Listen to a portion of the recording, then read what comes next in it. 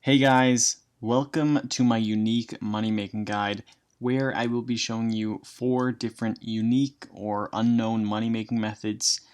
And so the methods I will be including in this video will mostly be methods that are not frequently done or are unknown to some people. And if you guys do enjoy the video, don't forget to hit that like button and subscribe for more RuneScape 3 content.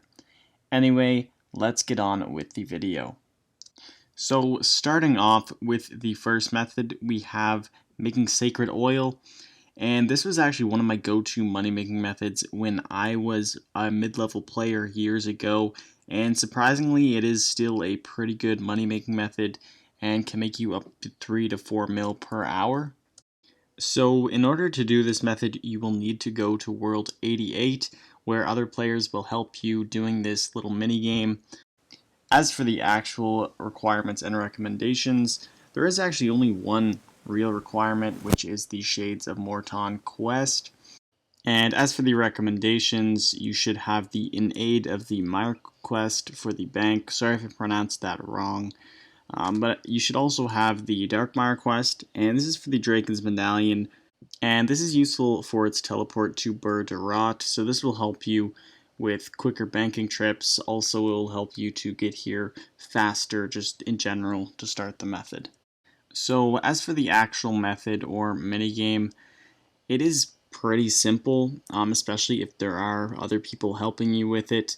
So the main thing you should do, you should buy the Flame Tar Hammer, and this can be bought from the general store in Bur de Rot. Also, you should get it from the Shades of Morton quest.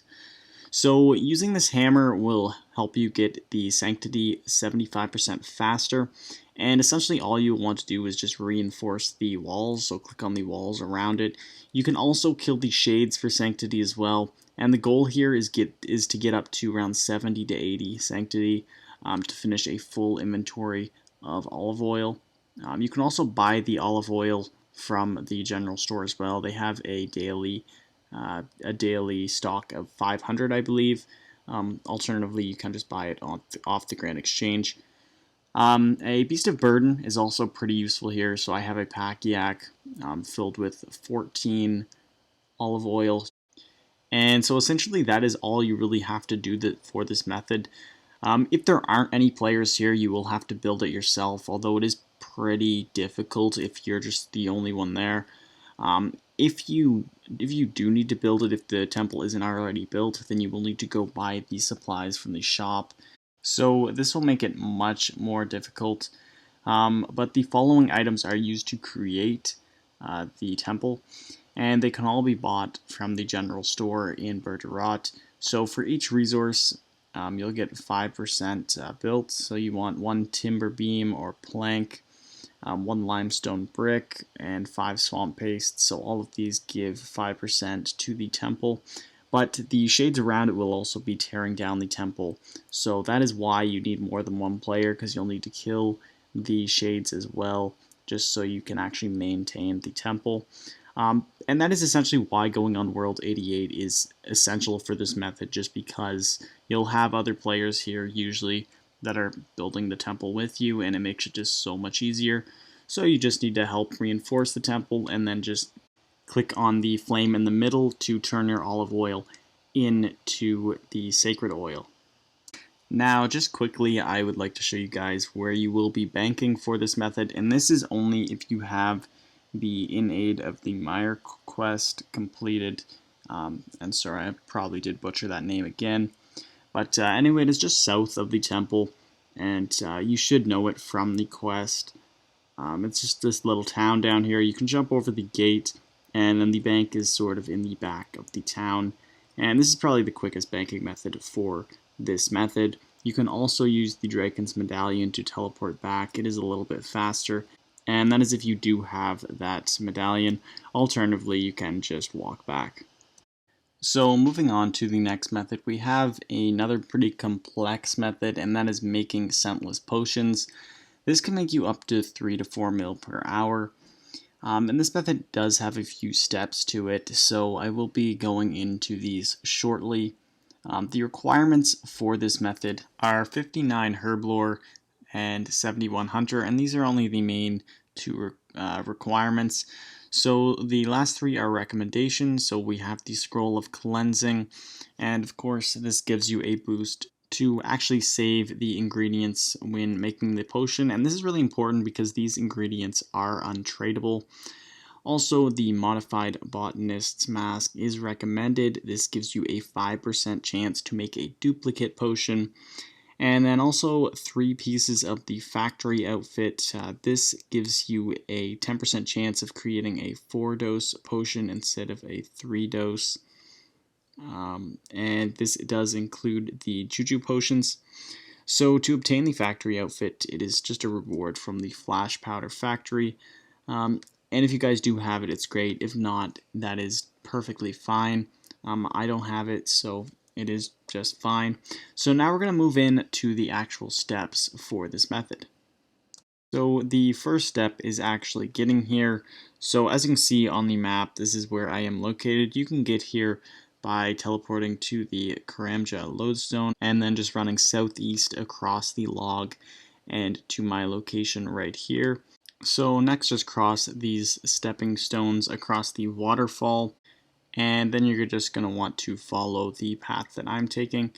So just run along the river, and then you'll come up to a little bit of an agility shortcut. So you can jump over this, and then you have arrived at the place that you need to be.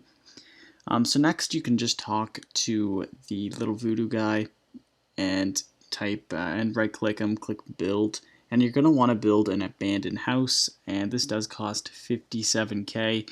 You do only need to do this once, however, so that is the nice part about that. So once you have built this abandoned house, it should have appeared in the garden just south of you. So you can just run south and jump over the same little agility course or agility shortcut there. And then as you can see, your abandoned house is here, so you can dismantle it and then you can just build it again. You don't really need to do that. That was a little bit unnecessary, but anyway, you do have the abandoned house there. Now next you should have obtained some seeds if you talked to the voodoo guy, and you're going to want to plant the red blossom seed. So this goes in the flower patch, so then you will want to plant that there. If you do have some fertilizer, that would help, because if it does become diseased, then the Judinkos, which is what you want to hunt, they will stop spawning. So next you will want to go south, and you're going to want to start hunting these shadow Judinkos. So you can start by clicking on the burrow there that I clicked on, and you're going to want to follow the exact same steps that I'm doing. It is the same thing every time. You can also do the burrow in the southwest part of this area. However, there is 2 different combinations for that. I'm going to put up all the combinations on screen now. So this first one is the combination for the hunter spot that I am doing, so the northeast burrow. So personally, I find this one the easiest to do. There is 3 other combinations for the other burrow that you could do. I think it's pretty easy just to do this one simple one, and you can just get it down pat instead of trying to guess between the 3 others. But the other one can be faster, so that would be the benefit of doing that. I'm not going to show you guys the combination for that. I would just say stick with this one. So you're just going to want to follow this and keep on catching these Judinkos, and you'll get their vines. And so this is the ingredient, that untradeable ingredient for the Scentless Potions. So now the next step to this method would be just to make the potions. So you're going to want to buy the unfinished Arguay potions, and these are fairly pricey. They're around 20k. They are listed at 1k, but they do cost 20k. So that does cut into your profit some. But you're going to want to do this on a portable well as well, just so you have that chance of making an extra potion. And then once you make them, you'll make some pretty good profit. As you can see, each potion is listed at about 60k each. So essentially you are getting about 40k for every Jadinko that you do catch. And another benefit about this method is that you do get some Hunter XP and some Herblore XP, so you should get around 50k Hunter XP per hour, as well as 16k Herblore XP. So moving on to our next unique money-making method, and that is selling player-owned farm animals. It is pretty tough to actually put a price on this, so I'm gonna not list one. This method is really interesting though, so you can actually sell your animals from your player-owned farm. And so I'm not really going to go in too in-depth for this method. I do have a full player-owned farm money-making guide on my channel, so I will be linking that down in the description down below. But essentially what this method is you're going to be breeding different animals, and then you're going to be selling them to other players. So you will want, for example, one female and one male dragon in each of your pen. You will want the breeding ability active so that the animals can breed in all of your pens. And then essentially they will just begin breeding. So for example, the dragons, they should breed on an average of every 22.5 hours. And you can sell these for around 200 to 300k. I will be putting up a little bit of a graph here just on different types of animals, their average breed time, farming level required, the type of animal pen, as well as their approximate selling price. And as I said earlier, I will list a video in the description down below which goes into much further detail for this method. But that is just a brief overview of what this method actually is. There is a few other stuff like breeding for shiny animals, which can make you even more profit. But it is a really cool, unique money-making method. And if you guys are interested in it, click that link in the description down below.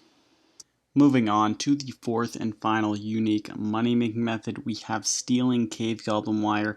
And this is more of an easier method, so it is a lower requirements, which is just 44 thieving, as well as the death of the Dorgashan quest for access to the city.